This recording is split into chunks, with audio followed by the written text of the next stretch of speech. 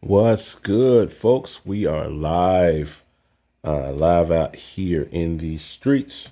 Do me a favor, go ahead and hit the share button, all those buttons like that. Those of you who are joining in, I'm about to, we're going to do like something really, really dope tonight. Going to do basically like a live production breakdown of a track that I had the pleasure of producing for my guy, Timotheus I keep wanting to say Timotheus Treadwell.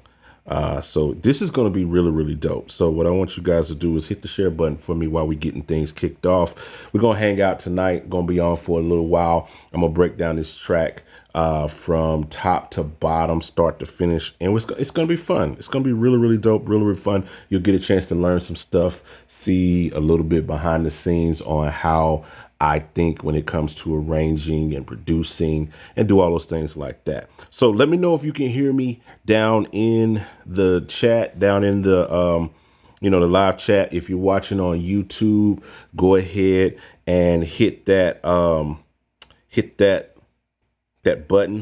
that like button, jump out and hit that like button for your boy. Let me know if everything sounds and looks good. I'm going to try to get going.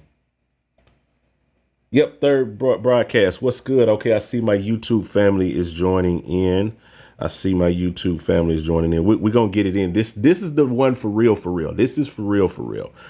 Those other twos were test. This is the real live stream. And we're going to try to keep this going and do something like this once a month, breaking down some production, breaking down some mixing, having fun, and doing all those things like that. So do me a favor, hit the like button if you're watching on YouTube, hit the share button if you're watching on Facebook. Do that for me. That's going to help your boy out as we have fun and enjoy doing. I see my numbers going up on Facebook. I see my numbers going up on YouTube. That's really, really cool. I'm excited about this tonight. This is fun. So we do these monthly. We're going to hang out. We're going to do some production work. I'm going to let you hear the production first. So let me switch over my screen here. Give me a second here, guys. I think I know what's going on here. Hold on. Yep, that's what it is. I'm on the wrong network on my phone. I was wondering why it wasn't switching. Well, my switcher is out.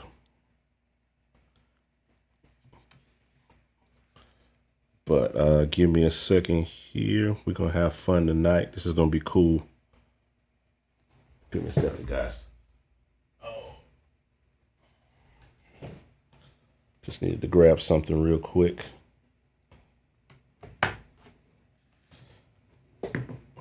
That's not working, so we're just going to go here. I'm going to click on screen. All right, so I'm going to play this song. This song is called For Who You Are. Just dropped live on Apple Music, Spotify, iTunes, all of those places like that. Really, really dope song. I got to record with my guy, Timotheus Treadwell. Hopefully he's in the building. I got you guys. I got the chat right here. You guys can't see it. I can see it off screen, but there it is. And I can see you guys commenting on both YouTube and Facebook. So wherever you're commenting from, I can see you. There's Timotheus. He's down in the chat. Make sure you guys like and follow him and connect with him. Really, really dope artist, amazing writer. And he wrote this song. I had the pleasure of producing it and arranging it. So I'm really excited to be able to share this with you. I put the credits to this song down in the description of the video. You can see it. The people who helped me bring this thing to life, the musicians and such drummers and bass players and all that stuff like that. They helped me bring it to life. And we'll talk about that in just a second. But I'm going to play the song for you guys. And while I play it, do me a favor, hit the like button, hit the share button, do all those things like that. Let's get everything going here. What's good? What's good? Everybody that's joining in, what's good? So let's rock and roll. This is the song For Who You Are by Timotheus Treadwell, produced, mixed, and mastered by your boy John Mike. Let's go.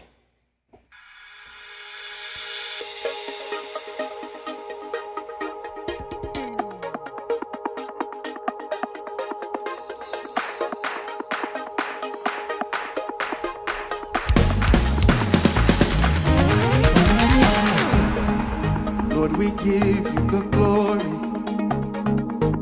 and worship your name, for you are worthy of all of my praise. Oh, Lord, we give you the glory and worship your name, and worship your name, for you are worthy of all of our praise. you're holy, you're right, You're righteous, we praise we praise for you. who you are. We love and adore you. We praise you. who you are. You're holy and right. You're righteous, Praise you, praise you. who you are. We love and adore you. We praise who you are. I will sing unto you with a loud voice, and my praises will continue to flow. I will sing unto you With a loud voice, and my praises. praises will continue. Lift your voice. You're holy, you're righteous. Righteous, We praise we praise for who you are. Say we love and adore you. We praise who you are. Anybody know that He's holy and righteous? We praise who you are. We love you. Yeah. Hallelujah. Who you are. Say you're holy, you're righteous, and we praise because of who you are. We love you and adore you forever. Hallelujah. You're holy, you're righteous. We praise for who you are. 'Cause we love you and adore you. We praise you for who you are.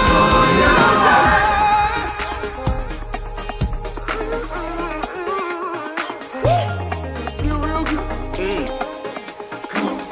Come on, clap your hands. Come on. We live forever. We praise you. Who you are. We live forever. We praise who you are. We live forever. We praise who you are. Say we live forever. And we praise for who he is. If you're holy, you're holy. Sing He's holy.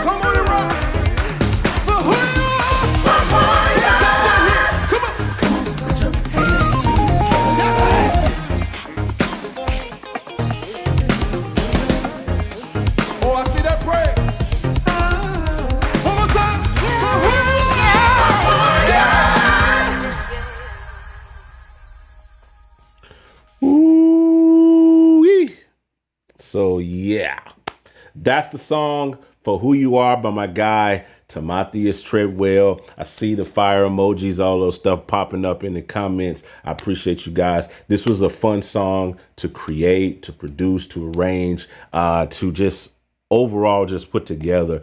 Timotheus, again, is, like I said, an amazing writer. And we just hooked up and created just some magic, you know what I mean, is what I can best define it as just pure D magic. So it was fun to create, fun to produce. So what I'm going to do now, that's the song. We're going to go through it now and we're going to break it down. But before I do so, let me jump in here. Let me address the chat a little bit because I saw some stuff pop up here. So I'm going to bring some of these comments over here. Let's see what we got here. Yeah. Yep, I love it. I love it, guys. Thanks so much. See, the fire emojis are on there. Yeah, I put a little Yash sauce on it. So those drums definitely were pumped and pushed together and made as big as they are by Yash Drum Warehouse. If you don't know about that, just type in yashdrumwarehouse.com or go over to our website, gospelproducers.com. You get all the information about Yash Drum Warehouse. John Yash, world's top mixing engineer in gospel. We got together and did a drum sample pack, and those drums are definitely enhanced by Yash's Drum Warehouse, in which we will talk about once we get to the drums and I actually show you what I did with the drums. I'll break that down and show you that. But yeah, go ahead and tag some people and get some people in the room on this, because this is going to be a fun one. And if you're jumping out and you dropping out, you're going to miss some nuggets and you're going to miss some gold. So because we're going to really dig in hard with this. Let's see, make sure that I get get all the questions. Okay, so yeah, sounds amazing. Thank you so much. That's I think that's Tim's Papa right there. What do you use Logic X, and when do you use Logic X, and when do you use Studio One? That came from YouTube. Ted Programmer 123. So I'm gonna answer this real quick, and then we're gonna jump into the production breakdown. So I actually produced and arranged the song in Logic. I produced and arranged the song in Logic. I probably won't be pulling up the Logic session in this thing because I just don't want to be bouncing back and forth between those two sessions. And plus, it's a lot of MIDI in that session, so it would pull down CPU resources where I'm working with audio in the mix. But I do all of my arranging inside of Logic, and then I do all of the editing, recording the audio parts like bass, guitar, drums, all of that good stuff like that, and the mixing and the mastering all inside of Studio One. So in the sense, I use Logic as a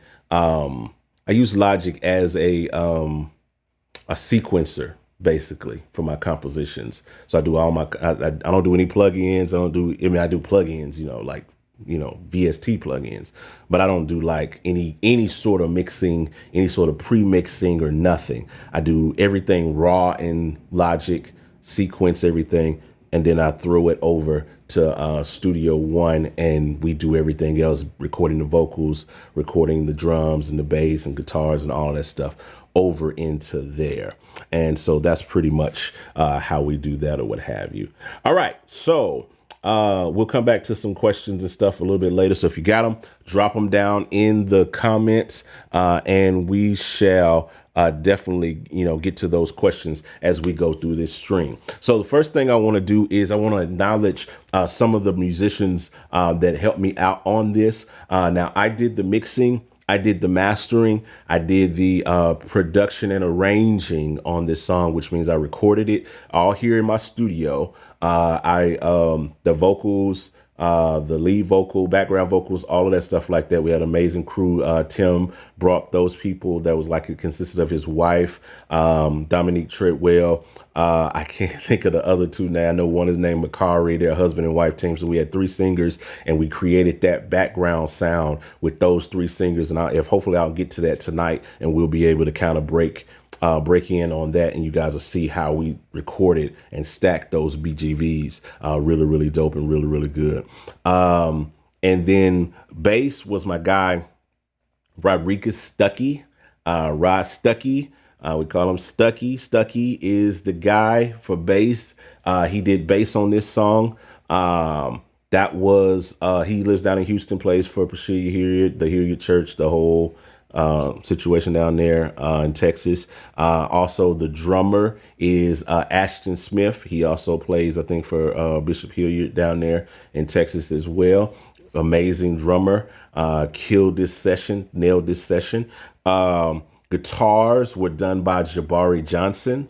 Needs no introduction. Everybody, we all know who Jabari is and what he's capable of. So he murdered this song on guitar.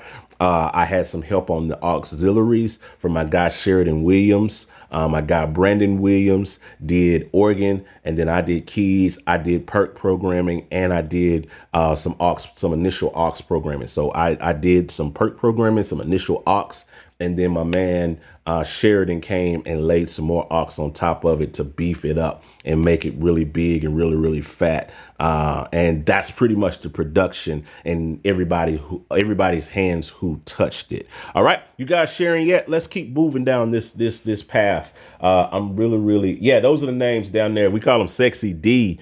Makari and Devin McCary. And then, yes, sir, Alan, thank you for dropping through. Yep. So let's dig into this production. I'm really excited to kind of break this thing down to you. So first thing I'm going to do is this. I've been wanting to do this for a while. So first thing we're going to do here, we're going to bring in, let me find it real quick. I'm going to bring in the initial not voice note, but the initial, this is the initial, MP3 that Tim sent me when we started working on this song. And so reference track. So this is something he kind of put together himself, I believe, or he may have had somebody that, was working on this song. But this is what I got as the producer. All right. This is what I got of the song. And so I'm going to play this. This is not to be made fun of or anything like that, because I'm telling you, I've gotten much worse reference tracks from producers and musicians on stuff. So he sent this reference track. We pulled it in and I listened to it, and I was able to pull from this reference track and create a bass line for what we needed. And we built on top of it and created the song. So this is what Tim initially sent me. Now, he's not singing on this.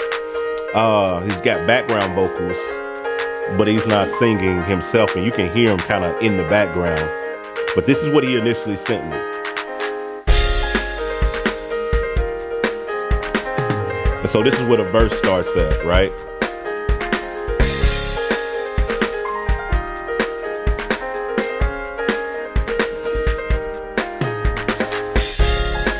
Lord, we give you the glory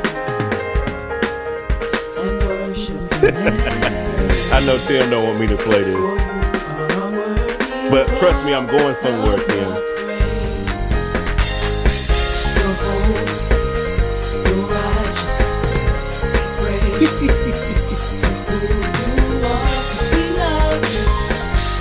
Trust me, I'm going somewhere with you.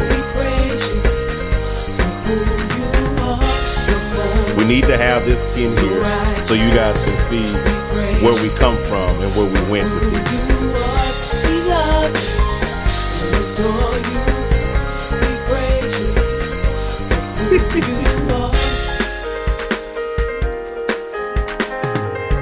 I want y'all to pay attention to something in this part right here.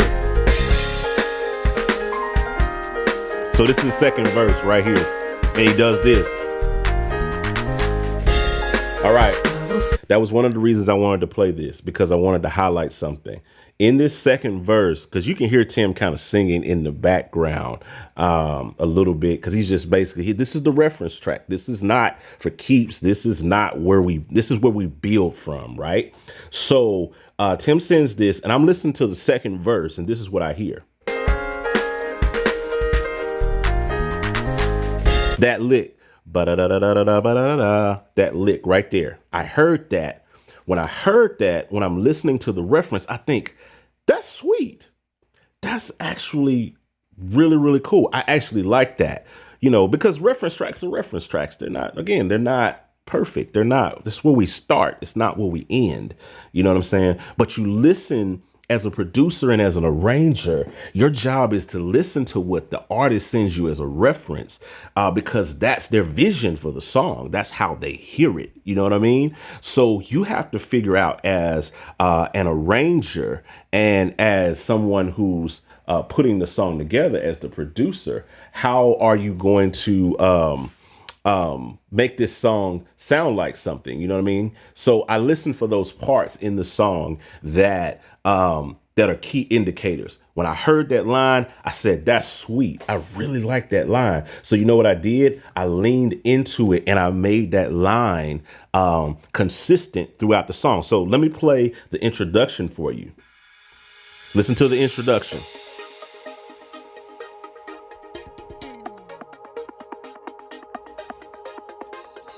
I'm turned up a little bit.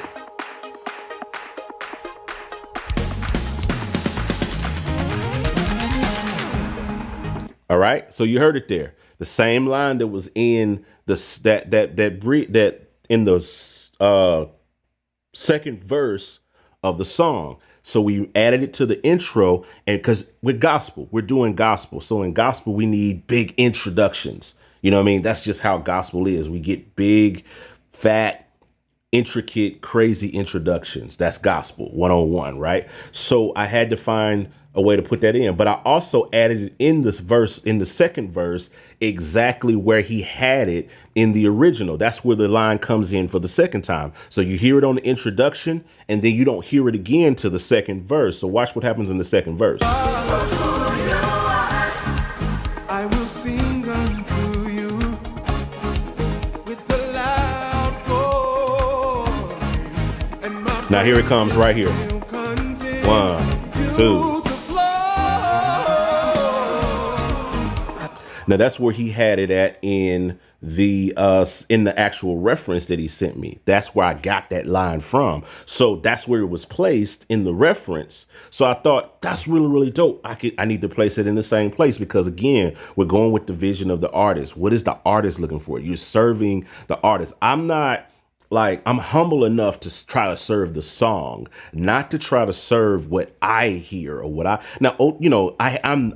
of course I'm the creative visionary as the arranger, as the producer, but at the same time, you have to serve the song, right? You have to serve the song. And so which in turn is serving the artist. So I have to figure out, how do we make it sweet? How do we make it big? How do we do it? So I lean heavy in that. So then you hear that again in the vamp. Again, I made that one of the major motifs of the song. If you don't know what a motif is, it's a lyrical line that builds and grows from that. So I made that the motif of the song. So we bring it in again. And when we get to the vamp, you hear it again.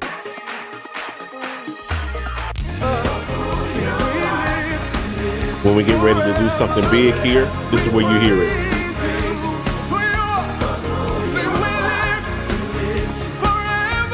Right here.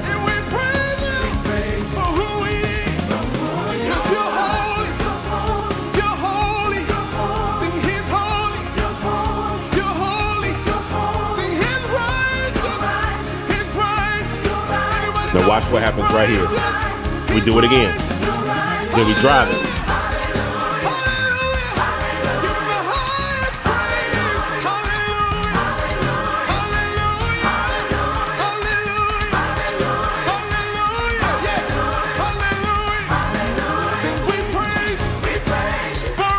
So you see what I'm saying? So that's how, as an arranger, as someone who's arranging a song, you find those intricacies, you find those little movements, those little things that you can just kind of throw in that really make the song. So somebody would have skipped over that. You got to be honest. Some people would have listened to that and be like, I really don't like this reference. I'm just going to do whatever I want to do. but I'm listening to the reference, looking for gold. I'm digging for gold as I'm going through listening to the reference. You know what I'm saying? So I'm trying to make it into something big. I'm trying to make it into something. So I'm always trying to stretch myself in those areas. So again, we had to listen to that. And so you heard that. One other thing that's really, really cool. If you listen to the original, let's pull the original back up. So here in the original, you'll hear this whole kind of vibe that he's going for with the piano. Listen to what the piano's doing.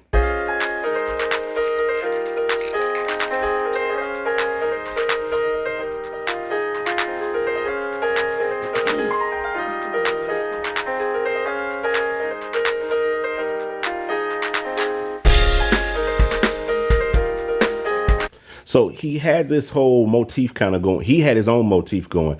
Right?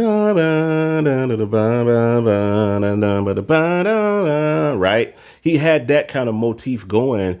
I personally didn't care for it as a piano because when I'm doing piano, my whole goal when I'm playing piano is to make the piano as unintrusive as possible, unless the song is a piano song where you're actually finessing a song at the beginning or something like that. But on a song like this, something that's more up-tempo, more upbeat, more popish, then I want to make the piano as unintrusive as possible. So when you listen to the original, the piano is not really prominent in this song. It's really kind of pushed back and it's undergirding everything else. So I knew when I listened to it, that's what the artist is hearing. That's what he's wanting. He likes that. Obviously, he likes that melody. But for me, it does not fit as a vision. It doesn't fit what the piano should be doing. The piano should be solid on here.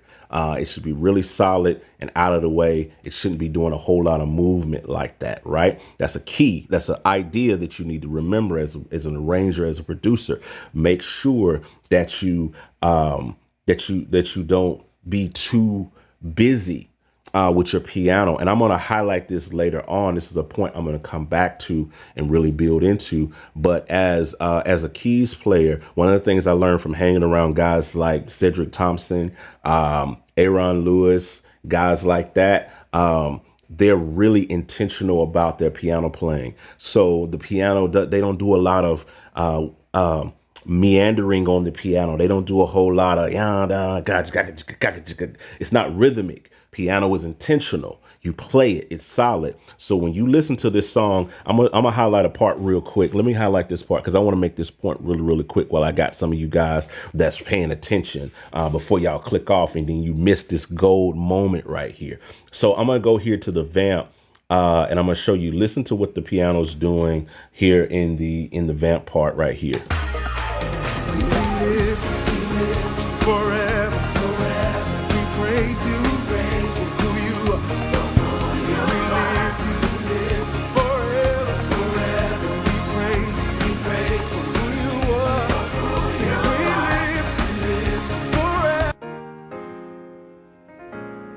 Hear that?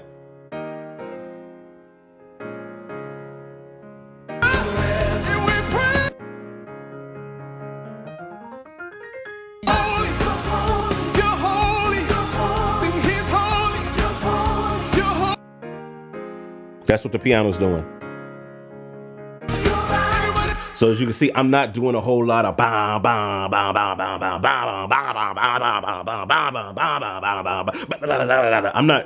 not like killing the piano. It's solid.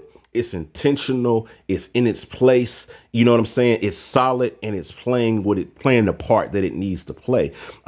It's not, as the keys player, it's my job to play keys. It's not my job to play what every other part of the song is playing. You know what I'm saying? And so if the piano is doing all of that right there, then it's too driving, then it's going to get in the way of other instruments. And that's what we don't want when we're arranging, when we're putting the song together. We want it to be out of the way. You know what I'm saying? And so that's the goal that I had in mind. That's, again, hanging around your Cedrics, your Aarons, your guys like that are really solid keys players. They're very intentional about the things that they do and how they play. And so I'm not trying to do a whole lot of stuff like that on piano. So all right, I'll come back to that later. We'll come back to that later. Put a pin there. Remember that. Write that down. Make that a part of your whole playing or what have you. Make that a part of how you do, because that's as a keys player, that's what you really need to kind of be focused on. But again, again, like I was saying earlier, I got the piano that's doing this whole.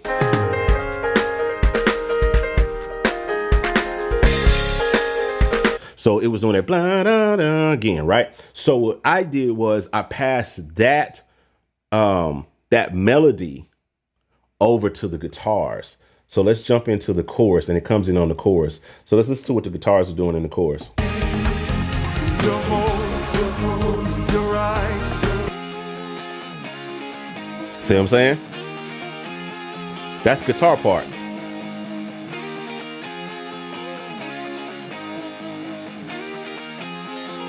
Ooh, Jabari. So that's how you capitalize on what you're hearing as an arranger, what the artist really wants. You figure out how to give the artist what he wants by, finding what parts fits. When I listened to that original part, the original song, I said, that's not the piano part. That's a good melody. That's a good motif, but it doesn't fit piano. So we pass it on to an instrument that's really kind of ready for that, and that's guitar. So that's how guitar ended up with that part. Yeah, Jabari killing the game. All right, so that was that. Now, one other piece on arrangement, and then we're gonna actually break. I'm gonna go in solo, like all of my parts and stuff, because this song is thick. We stacked it thick. We got 106 tracks on this thing. This is 106 tracks, so this isn't a small arrangement. This isn't by any stretch of means. This wasn't a small arrangement. I don't do a lot of small arrangements. When I arrange, we arrange big. That is go big or go home. That's my motto. If you arrange big. We're not doing songs that's got 20 tracks, 24 tracks, 32 tracks. No, we got to have 110, 115 tracks. Then I feel like we've really stacked it. If we don't have that many, we're not doing anything. We're just playing around. We ain't serious about what we're doing. So we got to go. If you're going to do it big. All right. So one other piece on arrangement, what I did was I was listening through, again, we're scanning through this arrangement.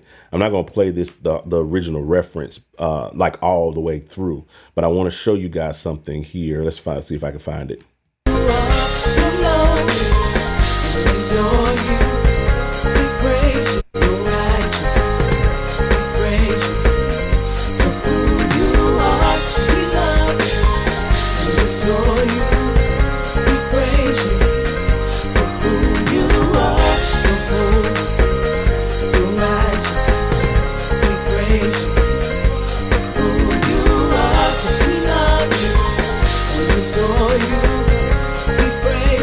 I think it's right here. Yeah, right here.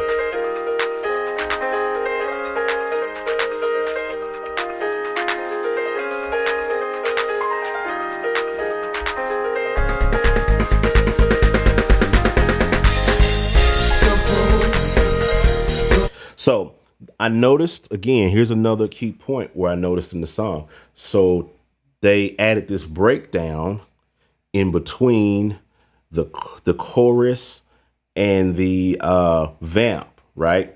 There's this little like moment, you know what I'm saying, where he had this little synth playing here. We'll back it up just a little bit. He had this, and this is actually where I initially drew my ideas for the arrangement. That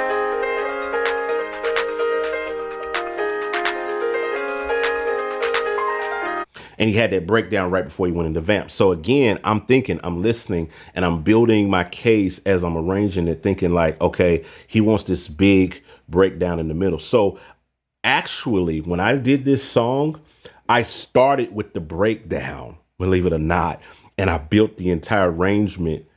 I backtrack. I started for the first time I think I've ever done this. I think this is the first time I ever done this with a song. I started in the middle, and then I worked my way backwards to the beginning, and then I figured out how we were going to do the vamp. But I actually started with that because when I heard that, I said, that's cool. What can we do different there? So I actually ended up throwing this part in when I was kind of figuring it out on the piano. So the first parts that I actually recorded was this part right here. Let's see, I think it's right here.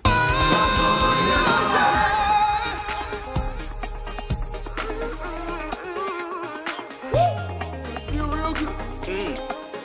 Come on, clap your hands. Come on.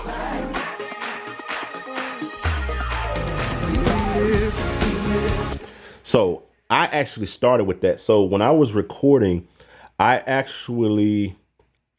pulled it up. So I'm gonna solo the aux. I actually started with this part.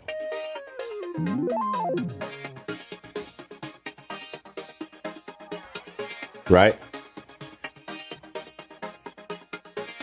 This was the first part that I laid down.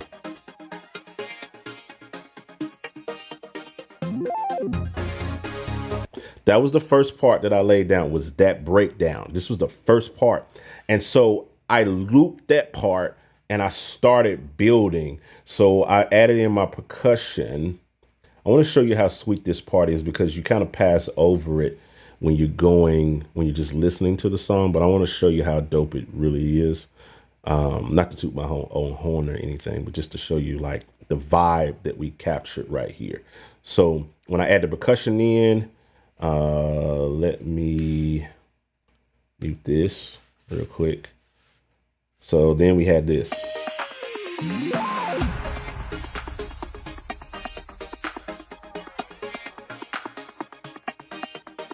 Woo. Yes, sir. All right, so that's what we ended up with, right? So to sweeten it, because it goes halftime, we went halftime on it. So I thought, why not? Let's trap it out. So I was actually digging through the stock loops in Logic. This is the stock loops in Logic. So this goes to show you that you don't reinvent the wheel unless you have to. So there's no need to reinvent it. You know what I mean? If it's already there. So I was digging through Logic loops and I was listening to some of the trap stuff that was in there when I was building this part. And I found this trap beat that sounds like this. And you probably heard it if you got Logic, right? Whew.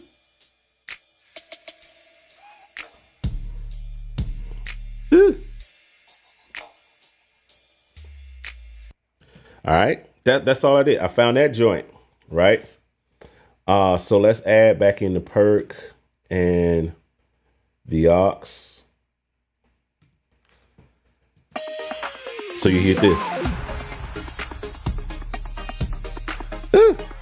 And it just worked. Just worked.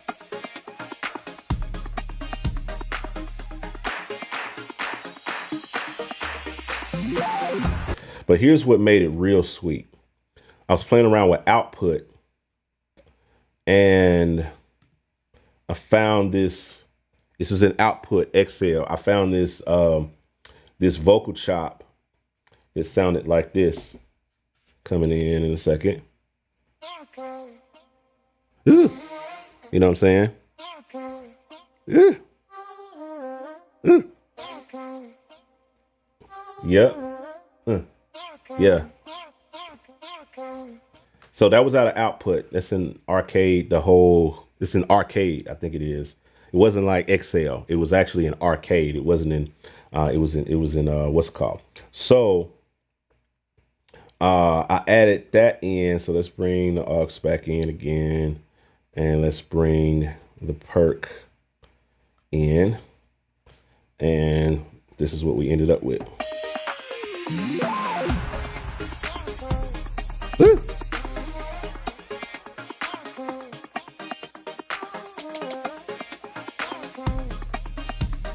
Woo. So we ended up with that, right? So the glue that put it together, because I was vibing with that part again. This was the first part of the song that I recorded. I didn't record the vamp. I didn't record. I actually pulled up Logic, started from one, and created this part, and then I arranged it in Logic in the place that it needed to be once I finished everything else. But yeah, this was the first part that I came up with because I love that breakdown that he had in there right before the vamp, but I had to figure out how can we add musical value there so it's just not a drop in a dead space. And so I created this part, and so I was sitting there. My daughter was down here, and I was letting her hear it. My 12-year-old, she was listening to it, and we were here, and I was like, That's what I did. I was like, I just did that, just instinctively because I was feeling the vibe. You know what I'm saying? And so my daughter was like, you should put that in there. You should put that in there. You should put it in there. And I was like, okay, really? And she's like, yeah, just put it in there. So I just jumped on the mic and I added that in there. And so we ended up with this.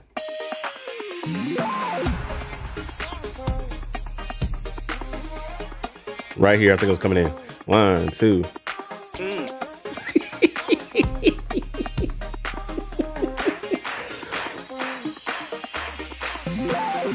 And it adds this vibe to it that just makes it into anything. So when you bring everything in and we're coming into that part, it just adds such value to the song.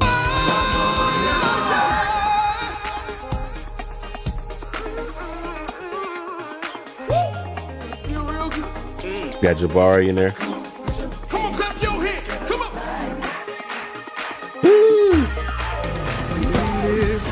So you see what I'm saying? So it just really grabs and put something musically interesting in that part. Now, another thing I did to make that part musically interesting is there was one of the background singers. Her name was Makari.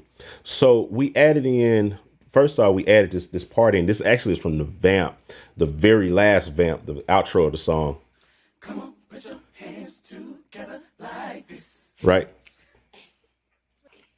But Makari was doing these little kind of ad libs, and for lack of a better word, not this is nothing. This is not directed towards Makari or anything like that. So please, nobody take this soundbite and make it into something that it's not. But it's really sexy. It's got that 90s R&B female kind of sexy vibe, right? And it added such value to this part because, you get sexy in gospel now, you know what I mean? But it fit the vibe. So when you got the vibe in there and she's doing this, you know what I mean? It just adds another dimension to this whole part. Then I go in. The Come on, clap your hands. Come on.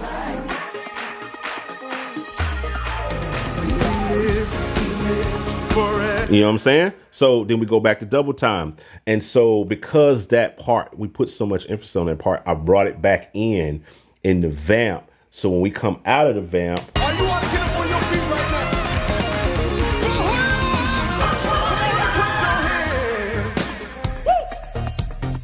hands. we came right back to it. Then you got Makari in there. Yes, sir. Woo! For who you are. Put your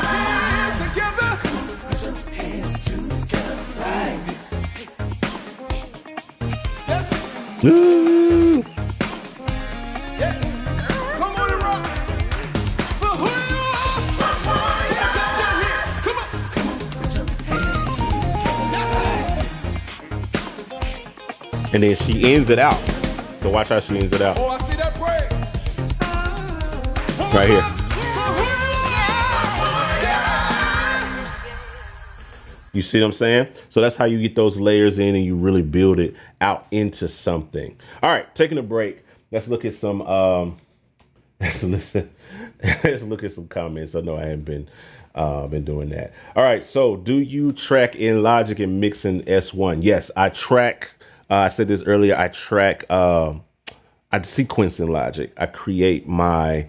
I do my sequence, my composition in Logic, which is really composed of my virtual instruments. So like Keyscape, for piano, usually Logic organ, things like that, Omnisphere. I'm vibing and creating everything in Logic because the arranging and composition workflow there is super fast. You know what I'm saying? I'm able to be super fast with that and build that out.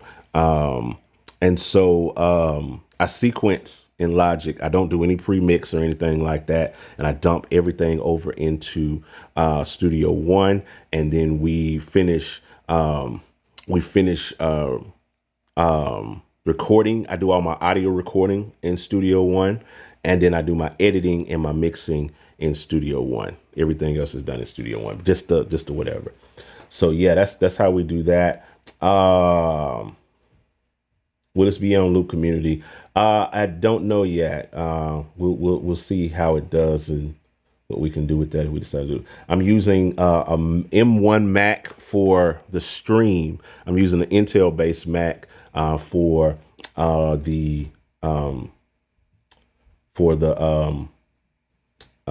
production and the mixing and everything.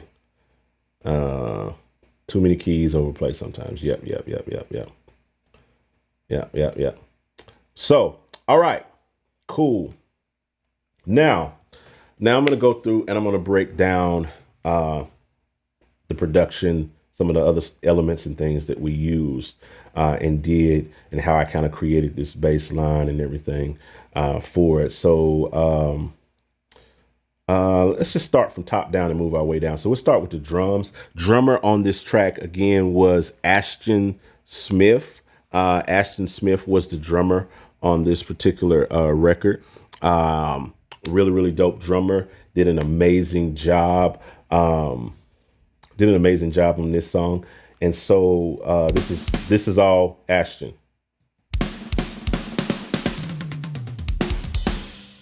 And again, that's the introduction of the song. So he came in like this.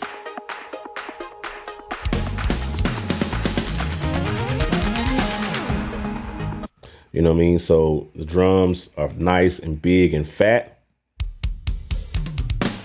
Now, one thing about the drums on this song, what I wanted to do, one of the songs that kind of really inspired me with this song, if you can't tell by the energy that it kind of creates, is No Reason to Fear by J.J. Harrison. I kind of had that in my head when I was kind of creating this vibe. You know, it's not the exact vibe because their vibe is more kind of dun, dun, dun, you know, it's kind of like that. It's kind of got that vibe, but I was inspired loosely by that song. So that's where I kind of came up with my theme.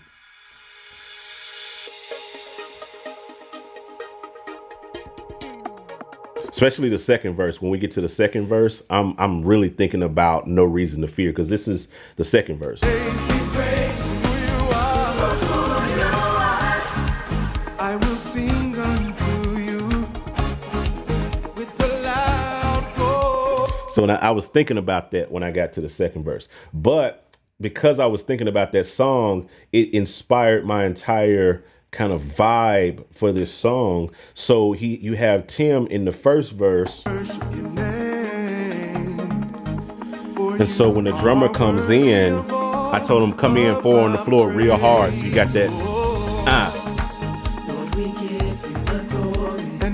you know what I mean? So you got real nice 4 on the floor coming in right there, you know what I mean? And you got them driving in on the chorus. Now, of course, this song is enhanced with Yash Drum Warehouse. So I'm using, in the mix part of it, I'm actually using some triggers and such. Let's pull this up here from the drum. So I'm actually using everybody's favorite Nashville snare, Forever Classic, and the room only of everybody's favorite in there. And I'm using the kick we have in here from there as well. So all of that's loaded in there. So if I took off the triggers, and I think I did a demo of this, before. But if we take off the triggers, the drums sound like this. But when I add in the triggers, the kick, you know what I'm saying? And I'm not using any triggers on the toms. Those are his actual toms and all of that. Only thing I did was I layered the kick with his kick, and I layered some of the Yash Drum Warehouse snares with his snare to create this big massive drum sound, which just really cuts through when you hear it in the mix.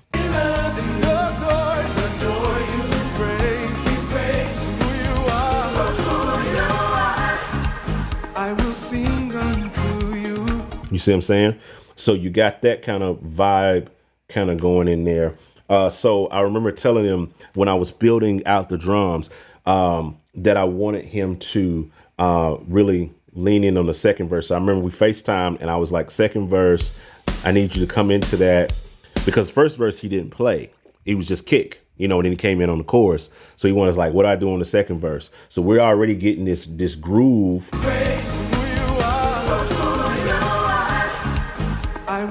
So I was like, bop, bop, bop, snare, bop, bop, bop, tom, bop, bop, bop, snare, bop, bop, bop, to tom, bop, bop, bop, snare, bop, bop, bop, to tom. You know what I mean? And it creates that. It just adds just simple things like that add so much value to the song. I will sing unto you with a loud voice, and my praises will continue. Now watch this pickup. He's out. So you see how he does that? He comes in, he knows. This is one of the reasons why I call Ashton, because he knows what to do. You know what I mean? He knows what to do on a record. So he knows, okay, we got the run coming. He breaks right before it, gives it space, and picks up right on the back of it. Listen to it again. I want you to pay attention. Watch how he comes in, break.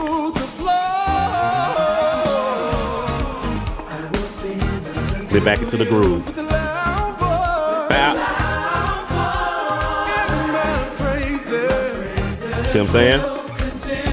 It's just instant vibe. Now, the other thing about Ashton is this. This is one of the reasons why I use Ashton. I want to show you something. Drummers that are watching this, all of my drummers, I want you to pay really, really close attention to this, because this is how you get the call. This is how you keep getting the call. I want you to see how tight Ashton is on the grid. When I say the boy is a machine, I'm not lying to you. Look at his drums. I did not quantize these drums. I did no cuts on these drums. This is how I was sent the drums. I was sent the drums like this. I did not have to do any editing. When I got these drums, look at this. All of his kicks. Look at that. Look at where his kick is. This is the 4. That's his kick. This is the 1. Look at where his kick is. And let me tab through here on his kicks. All of his kicks are all on beat. Every single one of them. Every kick is aligned perfectly to the grid. Look at that. All of them. No matter where he's at. That's his hi-hat, actually. Where's the kick? There's a kick right there. Sorry. I'm doing the hi-hat, but that's even perfect. That's even better example. Here's the kick right here. Boom. Look at his kick. Perfectly on the grid. Okay, let's look at his snares. Where's the snare at? Okay, there's a snare. Perfectly aligned on the 4. Look at those snares. Look at that. Perfect. Let's look at his overheads. Everything is completely, no matter where you go in the song, those kicks are on the grid. Those hi-hats, everything is locked. His hi-hats are perfectly aligned. His snares are perfectly aligned. Everything. I did not do this. I don't know if he went in and did it by hand. I don't know. That's not for me to figure out. All I know is when I get a song from Ashton, it's perfectly locked to the grid.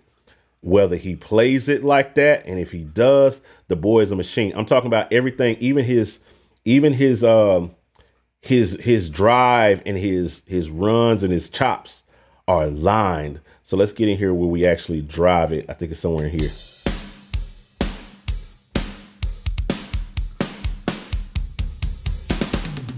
Like that. Do. Let's look at this floor tom. Where's the floor tom at? Look at that. Look at that floor tom. Look at that. Dude.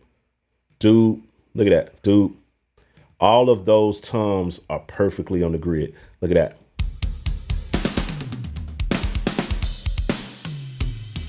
All of them. All of those toms. Look at that. Doom. All of those are on the grid. All of those toms are locked to the grid. You want to know how to keep getting calls, drummers. This is how you do it. This is how you do it right here. This is exactly how you keep getting calls. This is exactly how you record. And he sent the drums clean. Everything was recorded clean. Everything was just perfectly just put together. It's just amazing. So this is what you, as a producer, as an engineer, this is what you want to see out of a drummer, out of a bass, out of anybody. Just, it has to be on the grid. So he did an amazing job just vibing with the song. He's in the pocket. He's in the pocket, but yet and still he knows how to really give me chop and everything when I need it.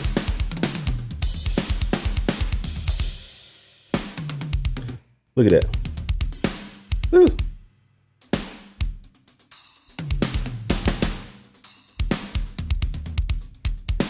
Woo.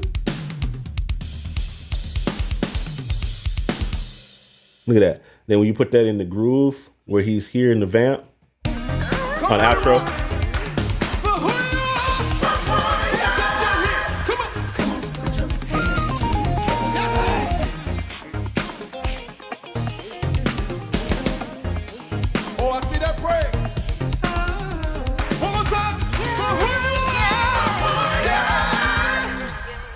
Crazy. It's super crazy. So that's what you want out of drums. So that's the drums. Really dope. So the bass here, I did do some work on the bass, but I was just kind of playing around with it to make it lock perfectly with the kick, with Ashton's kick. So that's what you see there. I was using what we call audio bend in Studio One. It's if you're a Logic user, it's the exact same thing as flex audio, flex pitch, flex time. That's what I was looking for, the word I was looking for. It's the exact same thing. So you go in and you time align everything. So I did a lot of time aligning on the bass. Not that Stuckey was off the grid, because Stuckey actually did a really good job playing along with the track. I just wanted, because Ashton was so tight on the grid, I mean, super tight on the grid, I wanted to make sure that that Stuckey was just as locked. I wanted to make sure that he was in there. So as you can see with the bass, he's out in the verse right here. Lord, we give you the glory. And so I used a key bass. It's somewhere down here. It's going to be in the aux. But I used this key bass out of Logic. You gotta find it here. It's in here somewhere. It's going to say key bass. Where are you at? Key bass, key bass, key bass, key bass. I'm probably looking right at it. I probably passed right over it. I know I did. That's the pad. That's the pad. It's the pad. It's somewhere in here. It's 100 and some tracks. I don't have time to search for it right now. We'll get to it when we get to it. But I got the key bass driving that part. And worship your name, for you are worthy of all. Then he comes in right here. Praise, oh. And then he's right back out. He doesn't play anything. And then he comes in on the chorus. You're holy, you're right.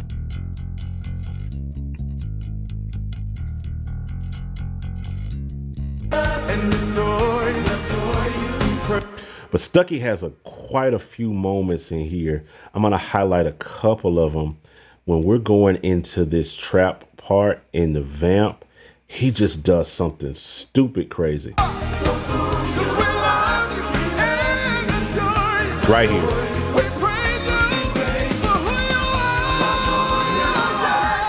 So let me solo that. This is what he decided to do. Because I said, give me something sweet going into that part.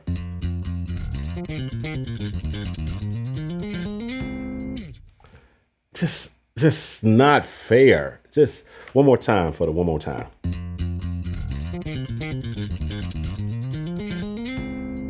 That's just crazy. So he gives me that. And then, you know, all of the vamp stuff is pretty standard. He's just driving it, you know, 16 notes, 30 seconds, 16 notes.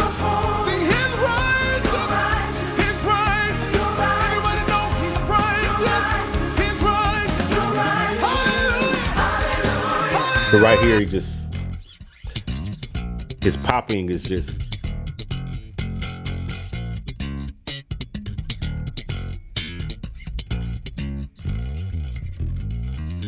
Woo.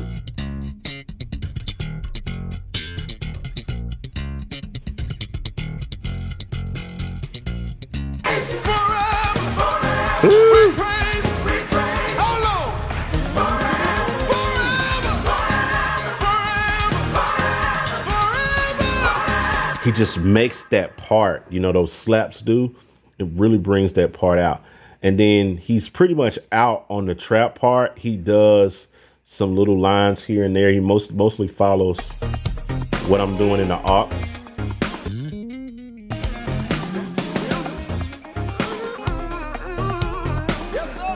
He does something right here. Let's see what he did. Did he follow?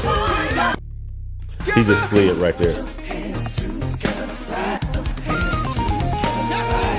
Yeah, he follows me right there on that line. Woo. And then he comes in here on the vamp.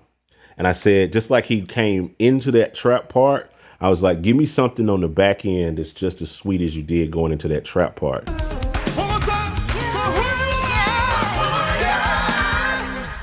And it's almost like the same vibe. He added a little bit more. He took off a little bit earlier than he did going into the trap part.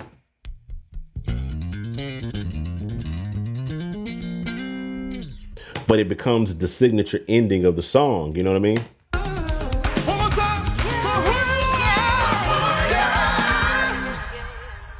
So it's getting the production. Let me talk to you guys real quick on this, and I'm gonna answer some questions, and then we're gonna push a little bit further. But one of the dopest things about production, and one of the ways that you ensure that you have great production, it starts with great players. You know what I mean? It's, as a producer, your job is to put the right people in the room. You know what I'm saying? Put the right people in for the song that should be in there. You know what I'm saying? This wouldn't have been a great song if I didn't have great players. You know, it would have sounded just as the reference that sounded. It might have even sounded worse than the reference. Not that the reference was bad. It wouldn't have been the same impact. So you have to get the right players in the room in order to really make the impact that you want to make. So 90% of this production was getting the right people to play on it, right? So keep that in mind. Remember those things or what have you. Let me pause real quick. I got a few people in the chat I want to address real quick. Yo, Rod is in the building. Welcome in, Doc. KP over on YouTube says, okay, woke up from a Sunday nap to a nice gym. Yes, sir. Darnell, I'm not sure when you mean who is that. You have to be more specific when you say who is that. killing job. Thank you, Sean Keys. That's my big brother there. Man, award nominated producer, Sean Keys. He's a guy. That means that holds some weight when I hear that come from Sean and says that's a great record. I really appreciate it, man. So yeah, this is a great song, great record, and it came together really, really good. All right, so let's keep moving. Next section I want to move down, and I'm gonna talk about these in chunks. We're not gonna go through every single 106 tracks, but what we're gonna do is just go through the buses and go through these. So I'm gonna attack the percussion next. And I'm just going to highlight a few things with the production. First of all, the production is made up a lot of loop elements. I got my loop elements in here. So I'm heavy when it comes to percussion programming. I'm heavy on filtered loops, which you can do, shameless plug, using loop elements. I use loop elements on here. These are some of the same loops that you can get in loop elements. I'm also real heavy on effects. So different things that add transitions in on different sections. So I'll highlight that in a second. But let me jump in and show you these elements that come in here. So comes in right there. Elements come in. That's loop elements. You can see it right there on the screen. Loop elements right there.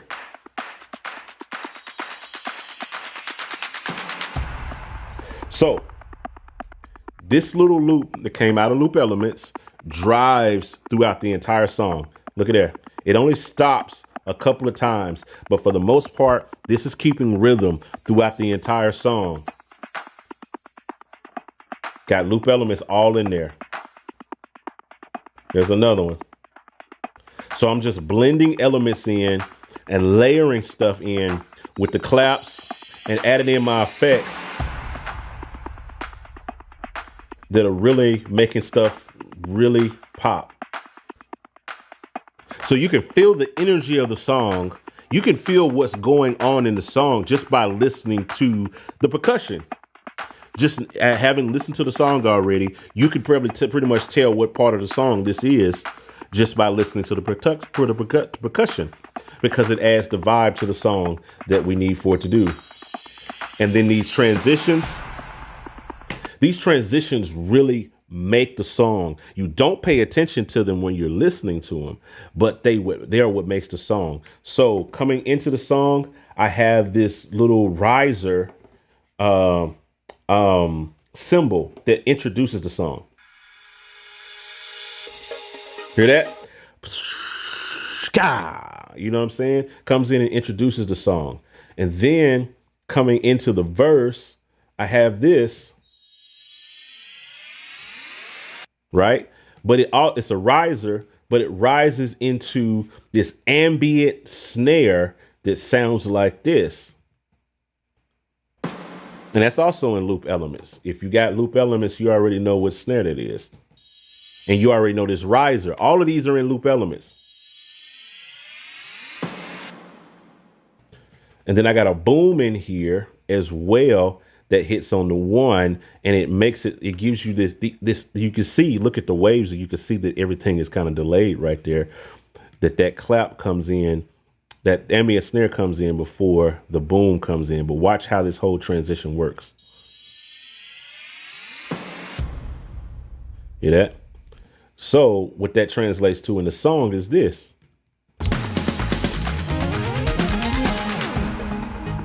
And so it gives that clap, that ambient snare is what lingers, because it's verb. It lingers on into the chorus, which gives me this.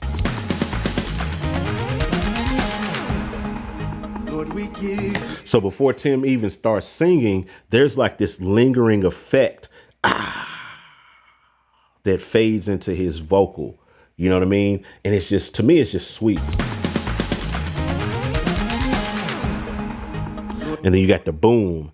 And so one of the things I learned that from hanging around my guy, Jamel Kimbrough, these effects and these things make songs. So I have these introducing different sections. So that ambient snare is always hitting on that 4 of that right before he goes into a section. And then I added in chimes. I also have these claps, these crowd claps that come in right here. And these are out of Logic. No, that's loop elements.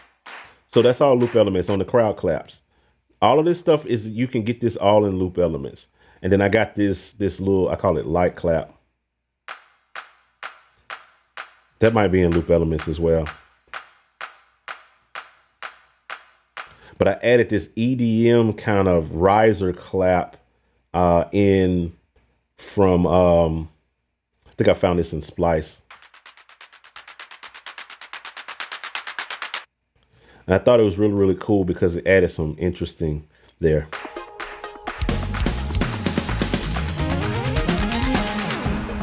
You know what I'm saying? So it's little things like that that come in and really build and make it into something. These little things, it's these little bitty nuanced things that you hear that make the song. So even as it progresses, when we get in here to the vamp, you got the trap beat. You know, we listened to that earlier. But I have these crowd claps that come in. Come on, clap your hands. Come on. So he's like, come on, clap your hands. So we added these claps in. Crowd claps. So it gives even though this is a complete studio record, everything about this record is studio. We did everything in the studio. This was not live, but listening to that with those, just a little bit of little crowd claps in there, it makes it feel like it's a live record. So watch what happens. When you hear those crowd claps, it makes you feel like it's live. Come on, clap your hands. Come on.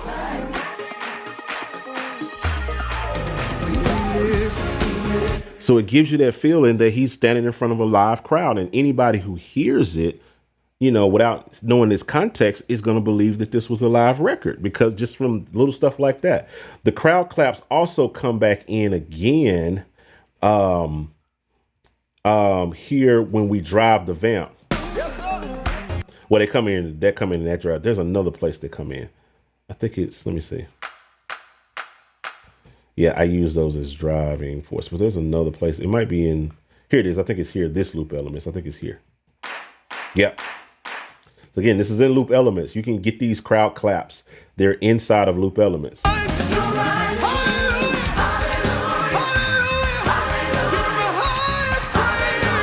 So we on this part, the crowd claps are in the background doing this. Again, it makes it feel like it's a live record. That's what we're going for.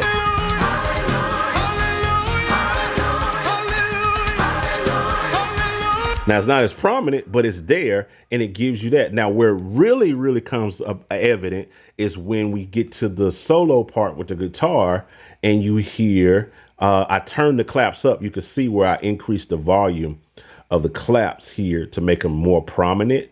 And so now, when he comes in and says, he's going to say something.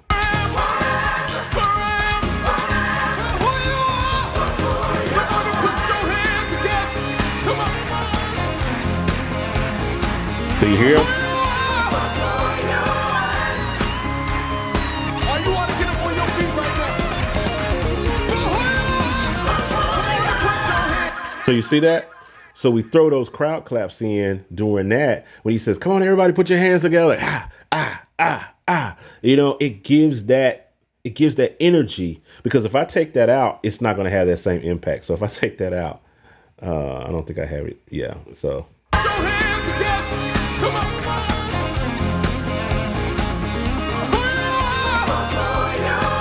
It just doesn't have that impact. So when I was listening to it, when I was recording and composing and editing and stuff, I was like, it needs energy. It needs to feel like it's live. It feels bland. You know what I'm saying? Because Jabari is like going crazy on the guitar. It needs to feel, and Tim is saying, put your hands together. It needs to feel live. So add it in crowd clap.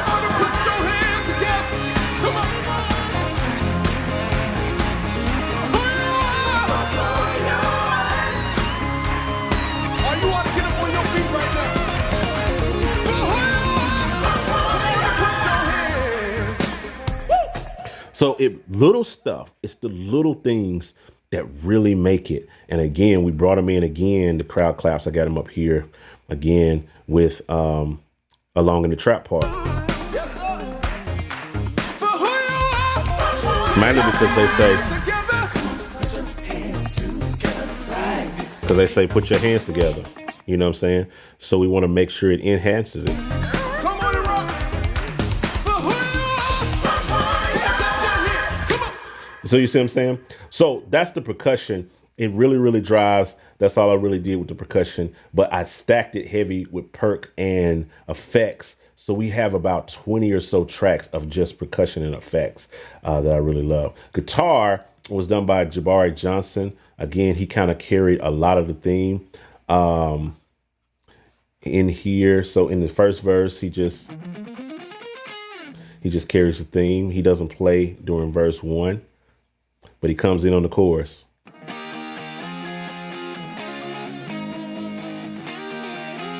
So he got 4 guitars going. Woo! Woo! I can just vibe with that. I kept the guitars really dry, as you can hear. I didn't really add any effects to the guitars. I kept them really dry on the guitars, so it's really, you know, it's not too wet or pushed back. You're holy, you're right. I just felt like it didn't need to be like oversaturated with verb. I think the only part I added verb to was the solo. When we got down here to the solo,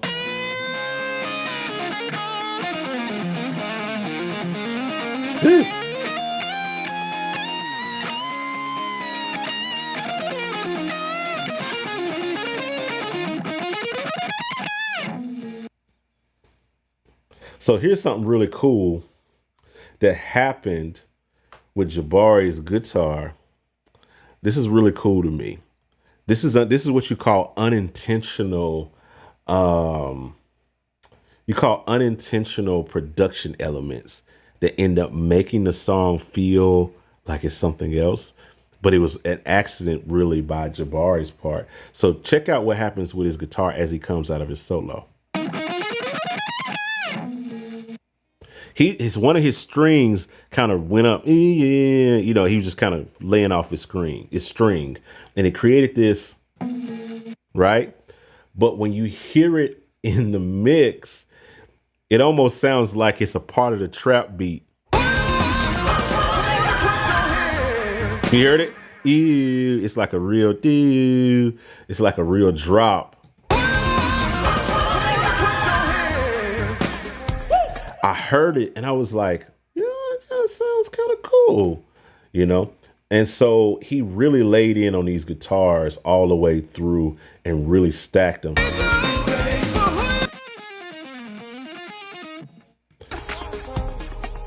He was really just, I didn't solo all of them. I just soloed the what's called. He did a lot of little stuffing. Ooh. Ooh. That's how you play guitar, boys and girls. Just solid. And he's in the pocket. You know what I'm saying? Just like everybody else. Everybody's in the pocket on this part.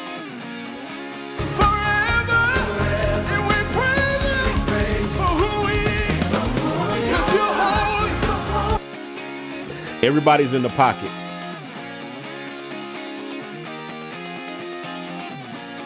Whew. And then even on the chunks, listen how he does the chunks. Woo! He's in and out. Bam, bam.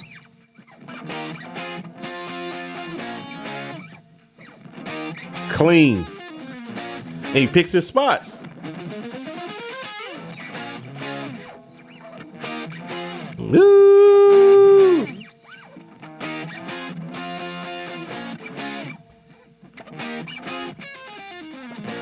You know what I'm saying? Woo!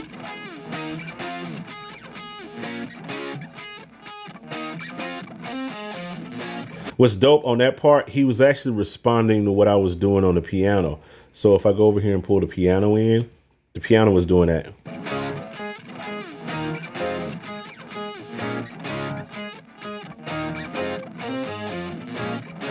He's right in line with the piano. You know what I'm saying? So he really plays his part literally all the way up to his solo. And then in the vamp, he just murders it. I want y'all to listen to what he's doing in the vamp.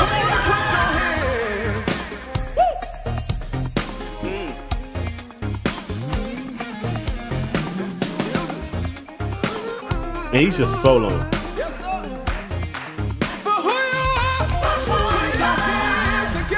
Now, what's really, really dope is he's following along with a lot of the stuff that I'm doing in the aux. So if I do that here and let me solo the aux.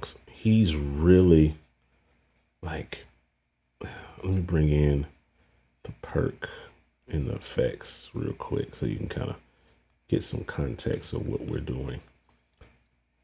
Listen to this.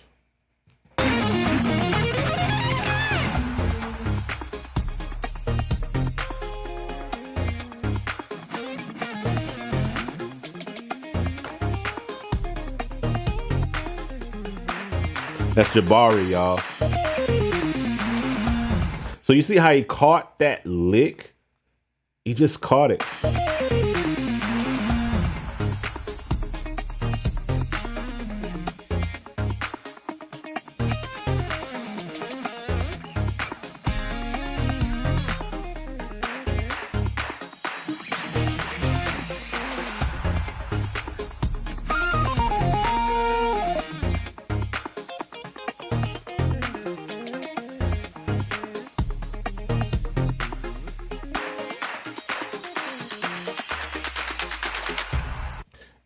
He just murdered it. He just murdered, just completely murdered it. Again, about getting the players in, getting the right players in.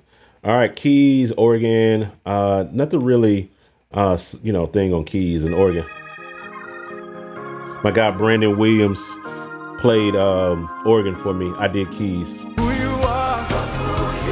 Keys really aren't the focal point. They're there. There is this little thing that I do in there. You can hear it in some points, what I do with the piano. Because even again, it's real solid. I'm not meandering. I'm not playing. I'm not doing dun, dun, dun, dun, dun, dun, dun, dun. I'm not playing the guitar parts, but I'm doing it. But I had this little line in here. Then I'm out. You know what I'm saying? So the piano and the organ don't really do anything much. The organ is only highlighted in a couple of spots, mainly in the vamp when we get to this drive part right here. I think it's, just that one note.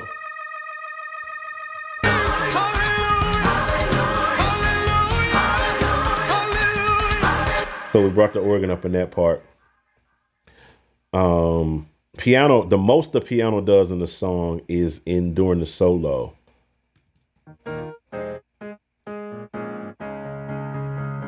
This is the most the piano does.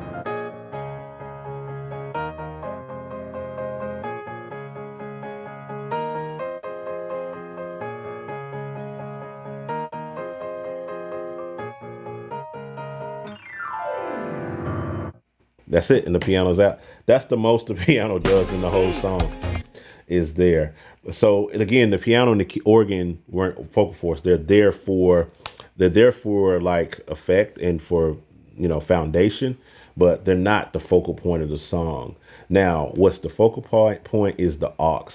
So I'm gonna solo these pads and the aux because I consider the aux to be pads and the pads to be aux, but I separated them so I could treat them different.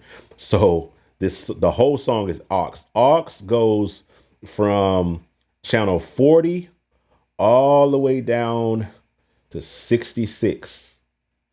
Let me see. No, not 66. Sorry, 64. So I have 24 tracks of aux in this song. Just 24 whole tracks of aux. And so aux is what makes this song. So if we solo the aux by itself, this is where it really makes it do what it do. Got the pads. And this is a combination of like so much, so many sounds. I'd be here all day.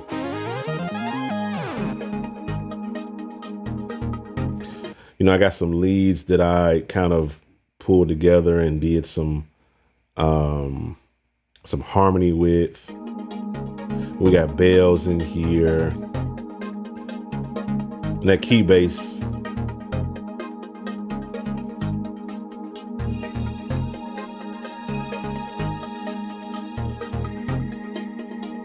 So it's like stuff like that. So this is all aux. Let's do it.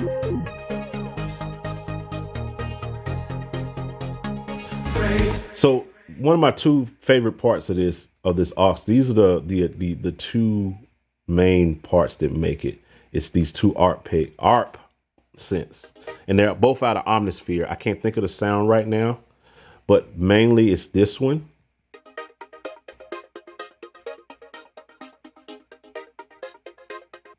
And then this one. So when you put them together,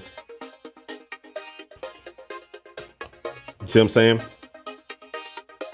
That's the foundation of the aux. Everything else is built around those two files. So we got, you know, synth brass. That's the bass. That's the key bass. Everything else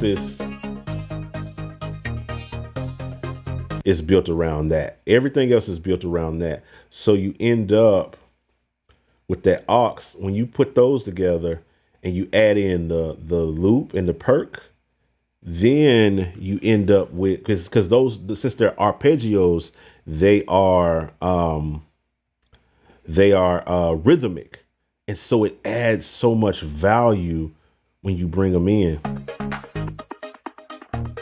See what I'm saying? They complement each other. So you can't, in that point, you can't really tell what's synth, what's aux, what's arpeggio, and what's loop. And that's intentional. You know what I'm saying? It's very intentional to keep everything kind of built up in that space to where I can be able to it's like kind of a mind warp. It messes with your mind because, you know, you're listening to the whole piece, and it creates, and I learned this from Cedric Thompson, you create a wall of sound. So by the time we get to the vamp, when you're adding in, and let me just mute the vocals. Let's just listen to the music, because we're almost done here. I'm turning off the lead, and I'm muting the BGVs, and we're going to talk about this part, and then I'm going to talk briefly about the vocals, and then we're gonna be out. So by the time I get to the vamp here, it's just like this complete wall of sound, and it's just slapping you in the face. From the guitars to the synth and aux and percussion.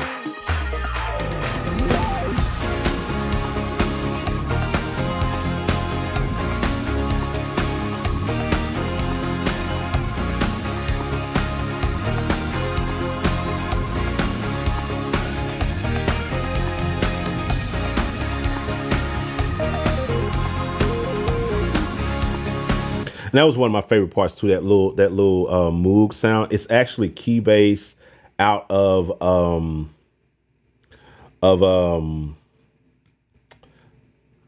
it's by Jamal Hartwell. The bass thing he does, Bassalicious.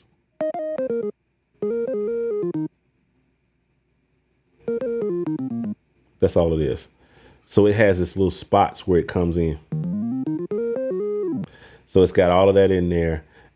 So you hear it come in throughout the entire song in different places. I have these little swoops that I do, you know, and you hear it in the music. You know what I'm saying? I bring it in transitions, and I did a little bit different each time, so I didn't copy and paste. And then when you're in the drive, when that it just cuts so good. So when it comes in, you hear a little. It's like candy when it comes in. You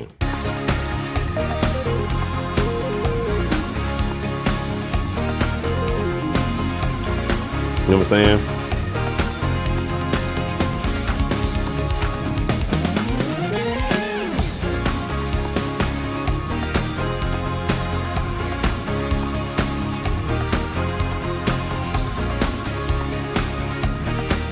So watch right here. So we're going to drop. Now watch how it comes in.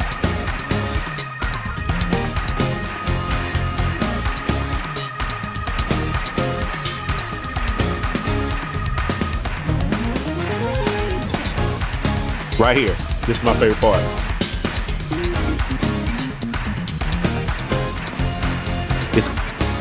It's candy. It's candy. You know what I'm saying? So it has those little spots where it just comes in and just gives it just some little candy. Even coming into the trap end, there's all little stuff that comes in. I do like a little swipe here.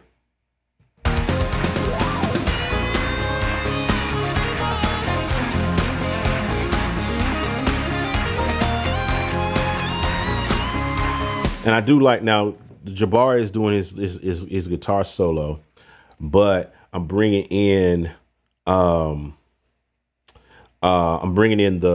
key bass to add some contrast to what he's doing. So we're doing two different things, but I feel like it works in the record.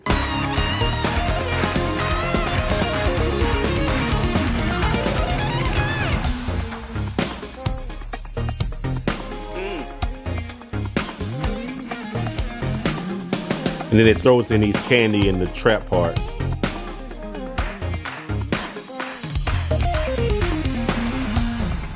You know what I'm saying?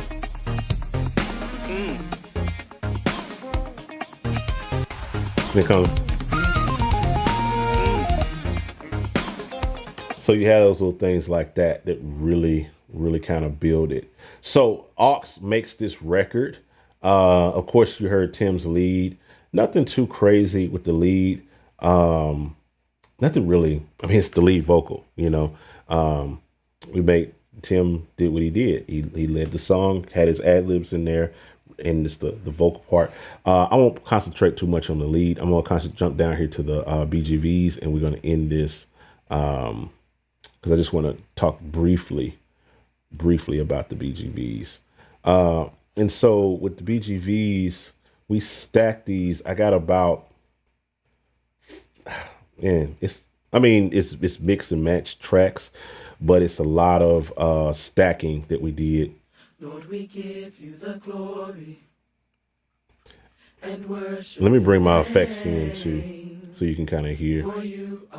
And we recorded this all here at my studio. Let's lead. I think it's this. Is worthy of all of our praise. You're holy. Oh, it's picking up something. Hold on, I got some dupes in there somewhere. So I done soloed something that I'm not supposed to. It may be this one. You're righteous. No, it's the snare. That's what I needed. We praise you for who you are. We love you and adore you. We praise you for who you are. You're holy. You're righteous.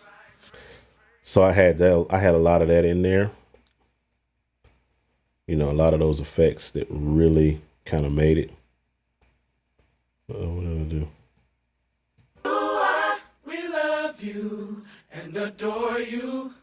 We praise you for who you are. So they had some sweet moments in here because they were a good group. I will sing unto you. Like here, right here. With the loud voice, and my praises will continue to flow. You're holy, you're righteous.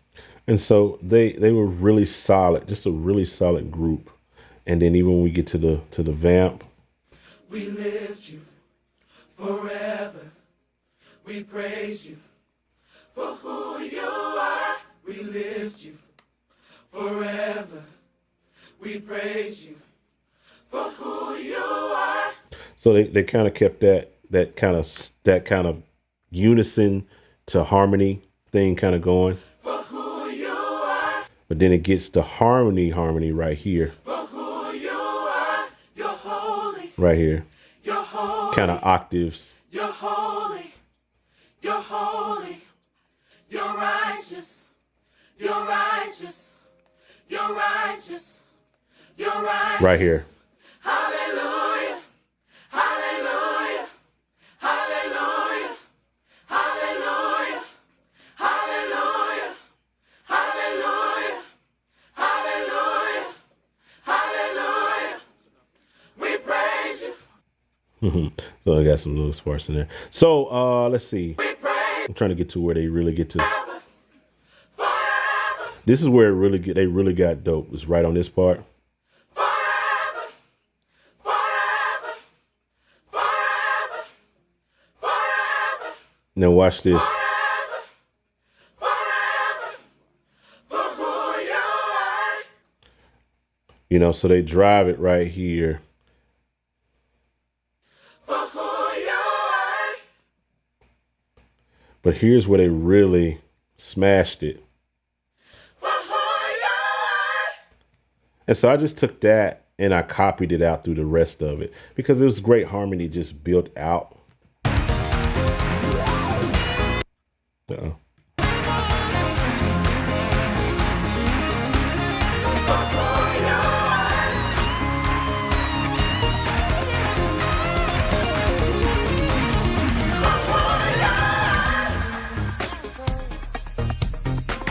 So that's pretty much the record. You know what I mean? It was a great song, great breakdown of it. I hope you guys kind of learned something, just listening through and seeing just how I approach production. I didn't really get into the mixing on this one. I may do mixing on another session. I'm gonna try to do these once a month where I sit down on a YouTube channel on Facebook here and we just go through and we really break down the stuff like this. So some of the production tools that I use to make this song into what it is, you can get on the website, gospelproducers.com. There is Yash's Drum Warehouse, which really make these drums sing in this mix, and Loop Elements.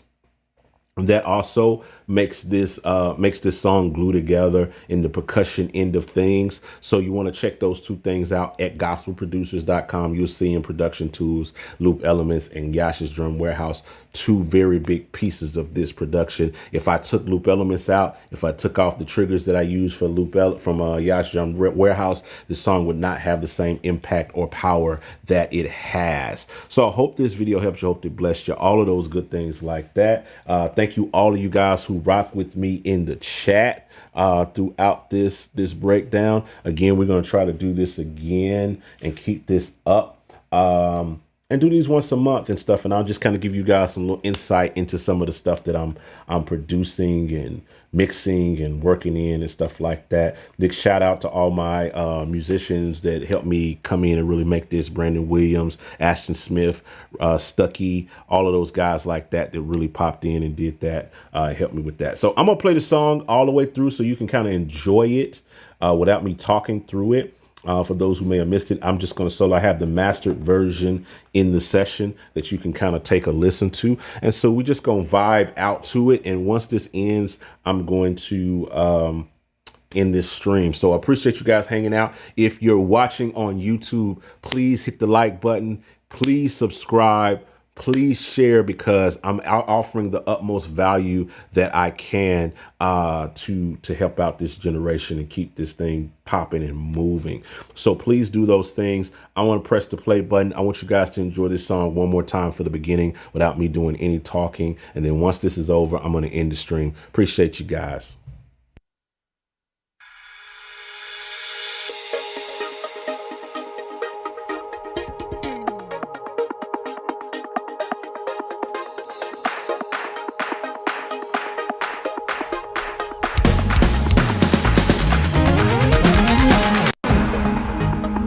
give you the glory and worship your name, for you are worthy of all of my praise. Lord, we give you the glory And worship your name, and worship your name. for you For you are worthy of all of our praise. you're holy, you're right, You're righteous, we praise we praise for who you are. We love we love and adore and you, adore you. we praise We praise you who you are. for who you You're are. holy and right, You're righteous, praise we you praise you who you are. for who you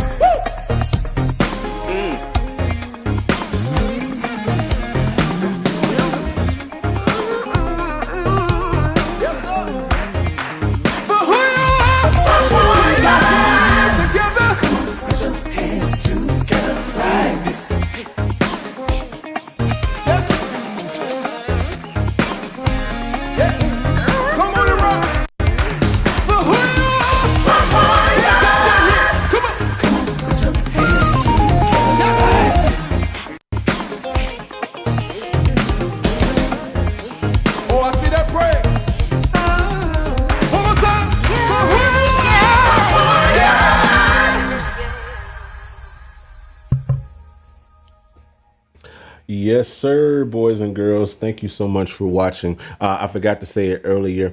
Please check out the song itself on iTunes. It is available on iTunes, Spotify, Apple Music, Amazon, all of the places where you can title, all of those places where you can stream and download music. Please check it out. For Who You Are by my guy Timotheus. I'm sorry. I keep saying Timotheus because I think about Timotheus, but it's Timotheus Treadwell. For Who You Are, produced, mixed, and mastered by yours truly, and with some help from some really great players and musicians. So I appreciate you guys hanging out. If you're watching on Facebook, please share this video and like it. If you're watching on YouTube, please like this video. Drop a comment down below. Let me know what you think, and subscribe to this channel for some other great content that we got coming. And I'll talk to you guys on the next one. I'm out. Holla at your boy.